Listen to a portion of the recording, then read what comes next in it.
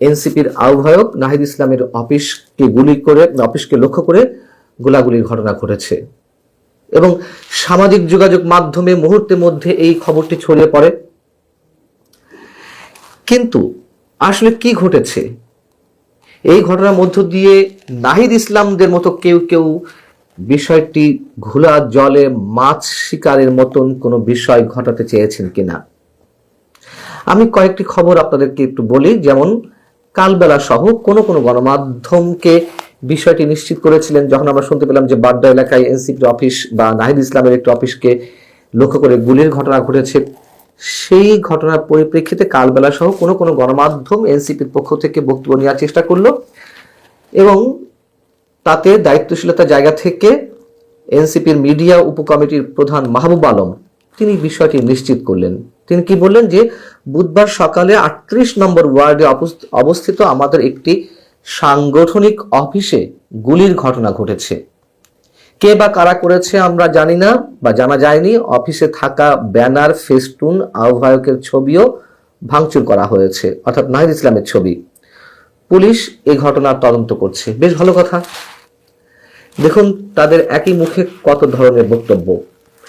প্রথম আলো সহ বিভিন্ন গণমাধ্যমে আবার বিকাল 5টার দিকে এনসিপির হোয়াটসঅ্যাপ থেকে একটি বার্তা দেওয়া হয়। সেখানে কি উল্লেখ করা হয়? সেখানে বলা হয় যে বাড্ডায় 38 নম্বর ওয়ার্ড এনসিপির সাংগঠনিক অফিসের পাশে, এখানে বলা হচ্ছে এনসিপির সাংগঠনিক অফিসের পাশে গতকাল রাত অর্থাৎ মঙ্গলবার। আবার প্রথম আলো সহ বিভিন্ন গণমাধ্যমে বুধবার বিকাল 5টায় এনসিপির পক্ষ থেকে হোয়াটসঅ্যাপ মেসেজের মাধ্যমে যে বার্তা দেওয়া হয় সেটি কি? ওই বার্তায় উল্লেখ করা হয় বাড্ডায় 38 নম্বর ওয়ার্ডে এনসিপির সাংগঠনিক অফিসের পাশে গতকাল অর্থাৎ মঙ্গলবার রাত।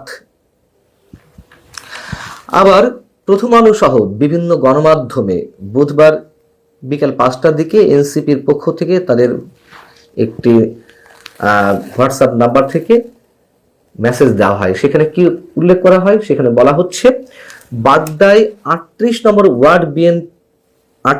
ওয়ার্ড এনসিপির সাংগঠনিক অফিসের পাশে গতকাল অর্থাৎ মঙ্গলবার রাত। আবার প্রথম আলো সহ বিভিন্ন গণমাধ্যমে বুধবার বিকাল 5টার দিকে এনসিপির একটি নাম্বার থেকে হোয়াটসঅ্যাপের একটি বার্তা দেওয়া হয়। সেখানে কি উল্লেখ করা হয়? সেখানে উল্লেখ করা হয়েছে বাড্ডায় 38 নম্বর ওয়ার্ড এনসিপির সাংগঠনিক অফিসের পাশে গতকাল অর্থাৎ মঙ্গলবার রাতে গুলির ঘটনা ঘটেছে এনসিপির অফিসের পাশে। এটি নির্বাচনী অফিস বা নাহিদ ইসলামের অফিস নয়। ঘটনার সঙ্গে রাজনৈতিক সম্পৃক্ততা নেই বলে আমাদের মনে হচ্ছে। আবার দেখুন বাংলা ট্রিবিউন সহ আবার কোন কোন গণমাধ্যমে এনসিপির মিডিয়া সেলের ওই প্রধান মাহবুব আলম তিনি কি বলছেন? বাড্ডায় 38 নম্বর ওয়ার্ড এনসিপির সাংগঠনিক অফিসের পাশে গুলির ঘটনা ঘটেছে, তবে এটি নাহিদ ইসলামের অফিস নয়। কোথাও এই মাহবুব আলম এক ধরনের কথা বলছে, কোথাও আবার অন্য ধরনের কথা বলছে। পুলিশ কি বলছে দেখুন। পুলিশের বক্তব্যে আবার দ্বিচারিতা। পুলিশের বাড্ডা অঞ্চলের সহকারী কমিশনার মোহাম্মদ আসাদুজ্জামান গণমাধ্যমকে বলছেন গতকাল মঙ্গলবার রাতে উত্তর বাড্ডায় একটি আবাসন কোম্পানির কার্যালয়কে লক্ষ্যবস্তু বানিয়ে 2টি গুলিবর্ষণের ঘটনা ঘটেছে। যেখানে গুলির ঘটনা ঘটেছে সেখানে গত নভেম্বর পর্যন্ত এনসিপির একটি কার্যালয় ছিল, তবে নভেম্বরে এনসিপির ওই কার্যালয়টি স্থানান্তর করে আফতাবনগর এলাকায় নেওয়া হয়। পুলিশের বক্তব্য যদি সত্য হয় তাহলে এনসিপি যে কয়েক দফায় বক্তব্য দিল, একবার বলছে যে নাহিদ ইসলামের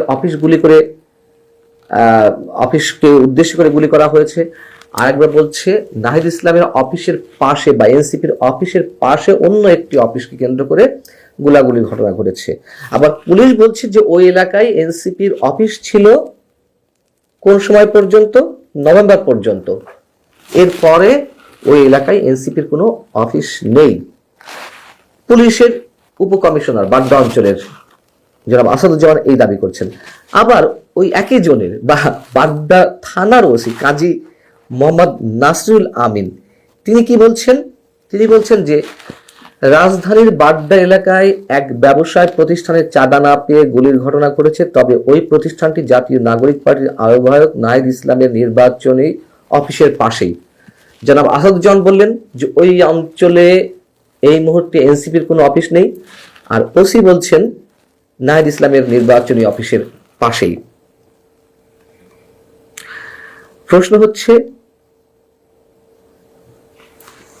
এনসিপির মধ্য থেকে একই ব্যক্তির মুখ থেকে আলাদা আলাদা বক্তব্য কেন?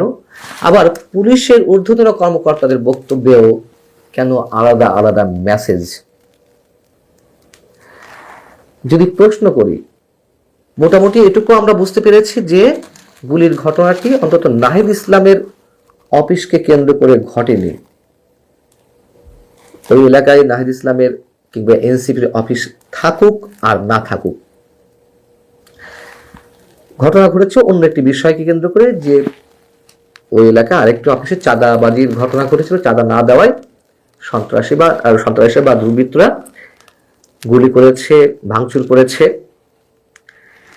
কিন্তু প্রশ্ন হচ্ছে যে এই বিষয়টি নিয়ে এরকম জল ঘোলা করা কেন হলো? কেন স্ট্রেট আমরা একই ধরনের বক্তব্য পেলাম না? এটি নিয়ে কি এনসিপি কোনো ধরনের রাজনীতি করতে চেয়েছিল? নিজেদেরকে এমনভাবে উপস্থাপনের চেষ্টা করার একটা পায়তারা ছিল যে মানুষের সহানুভূতি পায়? অথবা নাহিদ ইসলামের অফিসে গুলি করা হয়েছে, এটা প্রথমে তারা লুফে নিচ্ছিল, ঘটনা মিথ্যা হলেও, যাতে এক ধরনের প্রতিক্রিয়া সৃষ্টি হয়, যাতে এক ধরনের অস্থিরতা সৃষ্টি হয়? বাস্তবতা হচ্ছে আমরা আশঙ্কা করছি, আমরা চাই না কোনোভাবে এগুলো ঘটুক। শরীফ ওসমান হাদি যেমন হত্যাকাণ্ডের শিকার হলেন, অনেকে বলছেন তিনি ক্রস ফায়ারের শিকার, তিনি রাজনীতির শিকার। বিশেষ বিশেষ কোনো শক্তি এর থেকে ফায়দা লুটার চেষ্টা করছে। সামনে এ ধরনের অনেক ঘটনা ঘটতে পারে, মানুষের মধ্যে এ ধরনের আশঙ্কা গেড়ে বসেছে। অতএব আগামী এক মাস আমাদের জন্য খুবই উদ্বেগের, নিঃসন্দেহে। শুধু উদ্বেগ নয়, এই বাংলাদেশ কোন দিকে যাচ্ছে তারও নিশ্চয়ই একটা ফয়সালা হবে, সেটি নেতিবাচক হোক কিংবা ইতিবাচক হোক, যেভাবেই হোক। ভালো থাকুন সবাই, আল্লাহ হাফিজ। দর্শক, আজকে রাজধানীতে চাঞ্চল্যকর একটা ঘটনা ঘটেছে বলে খবর ছড়িয়ে পড়েছে, গণমাধ্যমে খবর ছড়িয়ে পড়েছে, সামাজিক যোগাযোগ মাধ্যমেও খবর ছড়িয়ে পড়েছে। সেই খবরটা হলো এনসিপির আহ্বায়ক নাহিদ ইসলামের যে নির্বাচনী অফিস বাড্ডাতে, সেখানে গুলির ঘটনা ঘটেছে, ভাঙচুরের ঘটনা ঘটেছে। এই খবরে চাঞ্চল্যের সৃষ্টি হয়েছে। আইনশৃঙ্খলা পরিস্থিতি আরও অবনতির দিকে যাচ্ছে কিনা এই ঘটনা যখন ঘটতে দেখলাম, তখন আজকেই উচ্চ আদালতে আবার আর একটা রিট করা হয়েছে যে থানা থেকে লুট হওয়া সমস্ত অস্ত্র উদ্ধারের আগে নির্বাচন কেন অবৈধ নয়, এই মর্মে একটা রিট হয়েছে। তার মানে নির্বাচন কেন্দ্রিক, নির্বাচন যেন বাধাগ্রস্ত হয়, নির্বাচন যেন ভণ্ডুল হতে পারে, সেই কেন্দ্রিক চেষ্টা চতুর্দিক থেকে অব্যাহত রয়েছে। বিশেষ করে নাহিদ ইসলামকে কেন্দ্র করে যে খবরটা ছড়িয়ে পড়েছে, সেই খবরটার ভেতরে কি আছে, বিভিন্ন জায়গা থেকে বিভিন্ন রকমের খবর পাওয়া যাচ্ছে। এখন পর্যন্ত এনসিপির এই ব্যাপারে কোনো কার্যক্রম হাতে নিতে আমরা দেখিনি। সন্ধ্যার আগে এই ঘটনা ঘটেছে, কিন্তু এখন পর্যন্ত তারা নিশ্চুপ রয়েছে কেন, সেটাও একটা বড় প্রসঙ্গ। দৈনিক কালবেলা যাই দিন এই গণমাধ্যমগুলো নিশ্চিত করছে এই ঘটনা ঘটেছে। ভারতের এক সাংবাদিক বিকেল 5টার দিকে তার সামাজিক যোগাযোগ মাধ্যমে পোস্ট দিয়ে এই খবরটা নিশ্চিত করেছেন। ভারতীয় সাংবাদিকের কাছে খবরটা চলে গেল।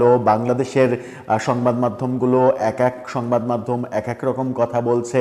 এর পেছনে কারণ কি চলুন একটু জেনে দেখি এই ভিডিওতে। দর্শক, বলছিলাম এনসিপি নেতা নাহিদ ইসলামের নির্বাচনী অফিস বাড্ডাতে, সেখানে আক্রমণের ঘটনা ঘটেছে, গুলির ঘটনা, ভাঙচুরের ঘটনা ঘটেছে, এরকম তথ্য নিশ্চিত করছে বাংলাদেশের অন্তত দুইটি গণমাধ্যম।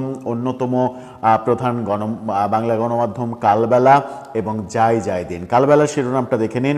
সেখানে বলা হচ্ছে নাহিদ ইসলামের রাজনৈতিক অফিসে গুলি, ভাঙচুর। এই খবর যখন কালবেলা দিচ্ছে, তখন অন্যদিকে যাই দিন বলছে এনসিপি আহ্বায়ক নাহিদ ইসলামের অফিসে গুলিবর্ষণ। এই দুটো খবর নিশ্চিত করছে যে ঘটনাটা ঘটেছে। কালবেলা বিস্তারিত খবরে বলছে যে আজকে এই ঘটনা ঘটে। এনসিপির মিডিয়া উপকমিটির প্রধান মাহবুব আলম বিষয়টি নিশ্চিত করেছেন। মিডিয়া কমিটির প্রধান মাহবুব আলম নাকি এই খবরটা নিশ্চিত করেছেন, সেটা কালবেলা দাবি করছে। তিনি বলেন 38 নম্বর ওয়ার্ডে অবস্থিত আমাদের একটি সাংগঠনিক অফিসে গুলির ঘটনা ঘটেছে। কে বা কারা করেছে জানা যায়নি। অফিসে থাকা ব্যানার, ফেস্টুন, আহ্বায়কের ছবিও ভাঙচুর করা হয়েছে। পুলিশ এই ঘটনা তদন্ত করছে। এর আগে জাতীয় নাগরিক পার্টি এনসিপির আহ্বায়ক নাহিদ ইসলাম বলেছেন, একটি বিশেষ রাজনৈতিক দল আসন্ন গণভোট না ভোটের পক্ষে প্রচারণা চালাচ্ছে, কিন্তু যদি গণভোটে না জয়যুক্ত হয় তাহলে দেশ পুরনো পদ্ধতিতে চলে যাবে, এরকম কথা তারা বলছে। কালবেলা যখন এই তথ্য নিশ্চিত করছে, তখন আপনারা দেখুন অন্যদিকে রূপালী বাংলাদেশ এবং কালের কণ্ঠ তারা বলছে যে এরকম ঘটনা ঘটেনি, এই ঘটনা নাকি স্রেফ গুজব। রূপালী বাংলাদেশের শিরোনামটা দেখে নিন। সেখানে বলছে নাহিদের নির্বাচনী অফিসে গুলির ঘটনা সত্য নয়।